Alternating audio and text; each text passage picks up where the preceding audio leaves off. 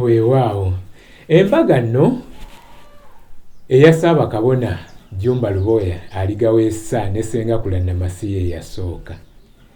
Embaga ze nnina ku kompyuta yange ziwera, naye ng'embaga ezo nsobola okunokolayooko ku mbaga ezimu.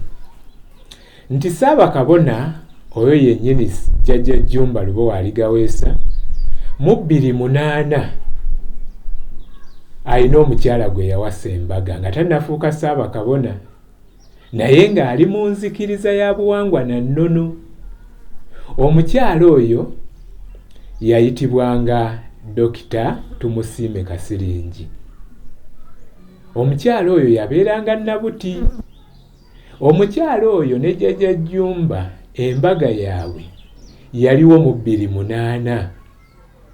Embaga eyo baagattibwa ku lusozi oba mu kifo ky'abajjajjaffe ekiri ku Lwentebe ekiyitibwa mu mbuga ya jjajjaffe Bemba Musota. Era embaga eyo we baamala okugattibwa eyo, ennyonyi yabaleeta butereevu paka reception twagiteekera mu kisaawe ekiri emukono eky'essaza ery'Ekyaggwe. Embaga eyo yaliko abantu bayitirivu era nnyonyi ye yabavuga okubaleeta okubatuusa emukono awaali reception. Ate era wenva ku eyo ndowooza waddawo embaga eyali eya mutabani wa Jjajja Kiggo Bukye Kazinga eyali chairperson w'abasawo b'ekinnansi mu Mukono district. Oyo Jjajja Kiggo Bukye mutabani we naye embaga yateekebwateekebwa yali y'amaanyi. Waaliwo embaga era eyaddako eyali eyamumbejja Guttabingi ne bbaawe oyo yabeeranga so kati mugenzi yabeeranga saidi ze Namboole, ne bagattibwa oba ne bateekebwako ebbona. Ku mbaga ezo waliwo embaga era zenjijjukira eyali ey'Omulangira Ssekamaanya e Nakifuma. Eyo nayo yali mbaga yali y'amaanyi. Waliwo embaga eyali so ye yalina muwalimu nga twamukazaako lya muwalimu Hasaani, yatwala abasawo mu Kimmenyedde. Eyo naye embaga yaliwo. Embaga nnyingi kwotuukira ne ku yange kamwa koogera gye mbagambyeko emabega eri eya mukyala wange kansala ow'emukono.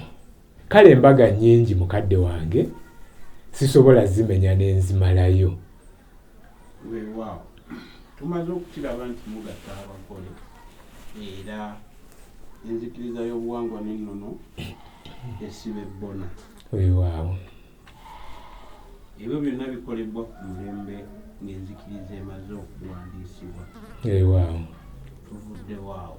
Weewaawo Olweyongerayo ddamu ekibuuzo.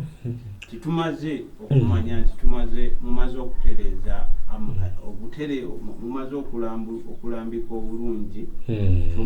Omwana waba afunye mwana munne takyetaaga kuddayo mu madiini g'abazunzi. Weewaawo yeetaaga ajja atuukirire ekikwatako agattibwe mu buwangwa n'ennono. Weewaawo kiki ekyaddako mu nzikiriza, kuba enzikiriza tugirabye ekula emitendera egyo. Kati gwe nga Ssaabalambi weewaawo kiro obulungi awo mwazzaako ki?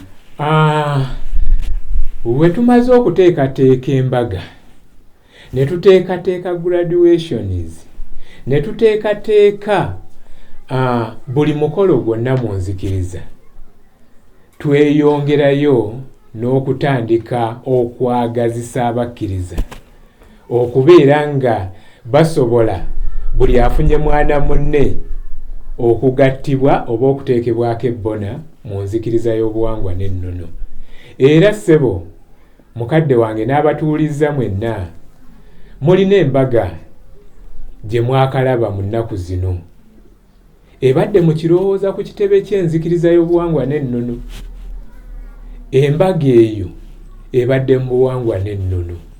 Kati abantu bangi embaga nnyingi ezigenda mu maaso ze tuteekateeka, era mbasaba mukuumire amaaso ku mukutu guno ogwa Nnono TV ne SK7 Media, musobole okulaba buli ekigenda mu maaso. Ebintu bingi bye tuteeseteese. Nze navaayo, omanyi we twamala okuteekateeka ekintu kino oba enzikiriza eno, naseeseetukamu. Nali Ssaabalambi mujjukire, nsoose bagamba nti nze Ssaabalambi. Nali Ssaabalambi w'enzikiriza y'obuwangwa n'ennono. Natuuka ekiseera neeseeseetukamu ne tufuna Ssaabalambi omupya. Nze ne ŋŋenda ku kifo ne mpeebwa ekifo ekyokulaba nga buli muntu yenna alina omusango mu nzikiriza y'obuwangwa n'ennono. Yenna atuukiddwako ekitali kituufu, naye ng'alaba oba kivudde mu nzikiriza, ng'alaba enzikiriza eno oba bafunyeemu okusoowagana, gyonna emisango ne banteeka mu kifo ekyo nga girina kujja wange. Era mu kiseera kino ntudde mu ntebe eyo ey'obulamuzi mu nzikiriza y'obuwangwa n'ennono. Buli muntu yenna, era nkubiriza mwenna abali eyo, gwe ng'oli eyo olina ekikunyiga mu nzikiriza y'obuwangwa n'ennono, tuukirira Kabona Buyondo Maanyi GALUBAALE. Osobola okuba nga wasoowaganye ne munno, naye ng'ate toyina ngeri gy'ogenda kugira kutabagana naye. Osobola okulaba omuntu omukulu mu nzikiriza nga olaba gw'olinako akantu, naye ng'ogamba nti nze ate naayogera ntya n'oyo, ŋŋenda mutandikirawa. Ogwo gwe mulimu gwange mu nzikiriza eno, era mbakoowoola mujje straight gye ndi, buli nsonga yammwe nja gikwatako. Oyagala kutugamba nti gwe akuwasaganya kye tuyita eby'empisa n'ebyobulambulukufu mu nzikiriza eno, kubanga mu madiini g'abazunzi katugeze nga mizikiti, mu kkanisa z'abalokole tuwulidde ebintu bingi ebituuse ku baana b'obuwala n'abaana b'obulenzi.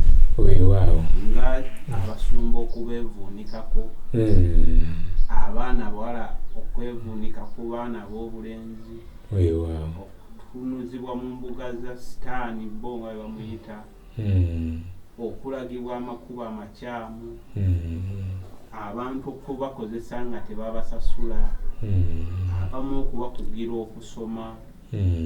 Ebintu ebyo biwuliddwa nnyo mu madiini eri. Weewaawo. Naye ekitundutundu ky'okuba nga babeeganzikako kyayitirira n'okusiigibwa endwadde. Weewaawo. Mu nzikiriza y'obuwangwa n'ennono kyogamba nti mwakinogera eddagala era mukirinako enkola. Weewaawo, ekitundutundu ekyo nga bwe mumanyi nti buli we mukuŋŋaana nga mukuŋŋaanya abantu ab'enjawulo tewabulawo mizeezeze, era emize mingi egisobola okubeera mu bantu ab'enjawulo, kuba buli muntu ajja na mizeegye, ajja na nkola ye, era osobola omusanga ng'oli yazze mu nzikiriza naye nga ye alina kyakola kyanoonya. Naye abo bonna bangi nnyo ajja n'aweebwa n'obwakabona, mumaze omusomesa bulungi, aweereddwa obwakabona, naye olw'okuba yalimu akaze kali emabega, ogenda okwekanga nga atandise akazaako, okugeza nga kyogambye ekyokweganzika ku bantu. Gwe olw'okuba oli kabona n'oyagala okozesa ekitundutundu ekyo osobole okuganzizaamu abakkiriza. Ebyo byonna tugezezzaako birwanyisa, byonna tugezezzaako bikwata mu nkwata ey'enjawulo. Ate nno ng'ekitundutundu ekyo nga we nagambye nti enzikiriza eno yeesigamye nnyo ku busawo bw'ekinnansi. Abantu bava eri n'agaze gaabwe, musawo wa kinnansi n'ayagala aleete agazeege mu nzikiriza eno. Ebyo byonna tugezezzaako birwanyisa, era ssebo ku mmeeza yange ninako emisango egiwera, ate era naakatuula mu misango egiwera gye naakamaliriza. Gye mmaliriza emisango giwera. Teriwo ogenda kubeera ng'okuŋŋaanya abantu 5, abantu 10 ne wabulawo abasoowagana. Naye kati ffe eno enzikiriza y'obuwangwa n'ennono eri mu bantu mitwalo na mitwalo. Kale muteekwa okubeeramu okusoowagana, naye abo bonna agazeezezaago gwe w'oba ng'oli eyo ng'eriyo omuntu eyakkola ekikolobero mu nzikiriza y'obuwangwa n'ennono, ntuukirira ebyo bye twagala okulwanyisa, ebyo bye mwalimu mu madiini gali, bye baabakola mu madiini gali, ffe mu nzikiriza y'obuwangwa n'ennono tetubyagala era tetubikkiririzaamu.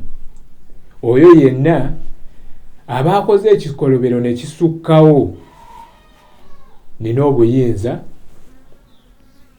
obukuwozesa singa ndaba ng'olemye ne nkuteeka mu lukiiko olulala, naye ensonga zo ezibanga ddala kintu wakikoze nga kyo kiteekwa kukwatibwako mukono gwa gavumenti, gwe siraba lwaki mba nkukwatamu. Kubanza ekisooka nkolagana ne gavumenti, enzikiriza y'obuwangwa n'ennono ekolagana ne gavumenti, nze nkolagana ne zipoliisi zonna wano mu Uganda. Teri poliisi wentuuka ne tutakolagana nayo. Kati kitegeeza eriyo ebimu nga byo byetwagisa kutwala eri mu bamateeka amalala, naye manye nti enzikiriza y'obuwangwa n'ennono ate nga buli emisango egyali gigenze gikendeera tegikyali mingi nnyo. Era na gino gye nnina ku fayiro zange ku mmeeza yange nkimanyi nti byonna tujja bikwasaganya. Abasinga bonna bagenze baterera kuba bubadde bumulumulu, gundi yanjogeddeko kino, gundi yanjize kino, gundi yakoze bw'ati, bye bisibadde bisinga okubeerawo. Naye oba olina omusango omunene nnyo guleete, nagwo tujja gukwasaganya. Abantu obagambye nti baguleete omusango, baagala okumanya Kabona Buyondo Maanyi ga Lubaale asangibwawa? Weewaawo, Kabona Buyondo Maanyi ga Lubaale Ssaalongo nsangibwa ku Mutala Kasala mu ggombolola y'Ekyampisi Mukono District. Naye naati n'abasinga abazungu bano baatugondezaamu. Omuntu osobola omufuna ng'oyise ku buuma obwo bwe tukwata. Kitegeeza oba oyagala ng'olina ekikunyiza eyo, olina kye wandyagadde okwogerako ne Jjajja Buyondo Maanyi ga Lubaale ku byenzikiriza, oteekwa mu okufunira ku nnamba z'essimu zino 0752 64 35 95 oba eyo nno 0752 64 35 95 yeri ku WhatsApp. Naye waliwo ne MTN kw'osobola okunfunira gwe wenna eyandyagadde okumanya kiki ekiri mu nzikiriza muno eri 0773 680 161. Awo oba onfuna bulungi era tuba twogerezeganya n'ombuulira wawe wandyagadde enzikiriza eno etuuke, musango ki gw'olina, birungi ki bye wandyagadde tukole. Ebyo byonna yita ku nnamba z'essimu ezo. Weewaawo emboozi teggwa era kabona buyondo maanyi ga lubaale Saabalambye yawummula ate TV yaffe ennungi Ennono TV. Abalabi baffe abalungi tubeebaza okubanga mutugoberera n'okwongeranga okusubscribinga n'okutugoberera n'okutuweereza obubaka obw'enjawulo.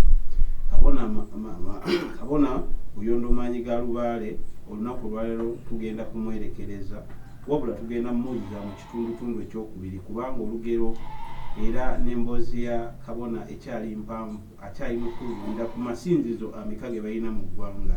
Akulembera sinzizo ki? Tulaba kwayo eziyimba, tuwulira ennyimba eziva era twawulirako nti waliyo kwaya eyitibwa Kiggwa Buyondo. Tannagitugamba, tannatubuulira ku bintu ebifaanaganako ng'ebyo. Ekiggwa Buyondo kiriwa? Kale no mu kitundu kyaffe ekyokubiri badde mbasaba muleme kukisubwa, mukirinde kubanga tugenda batukibateerayo essaawa yonna. Weewaawo mubeere bulungi, mweraba.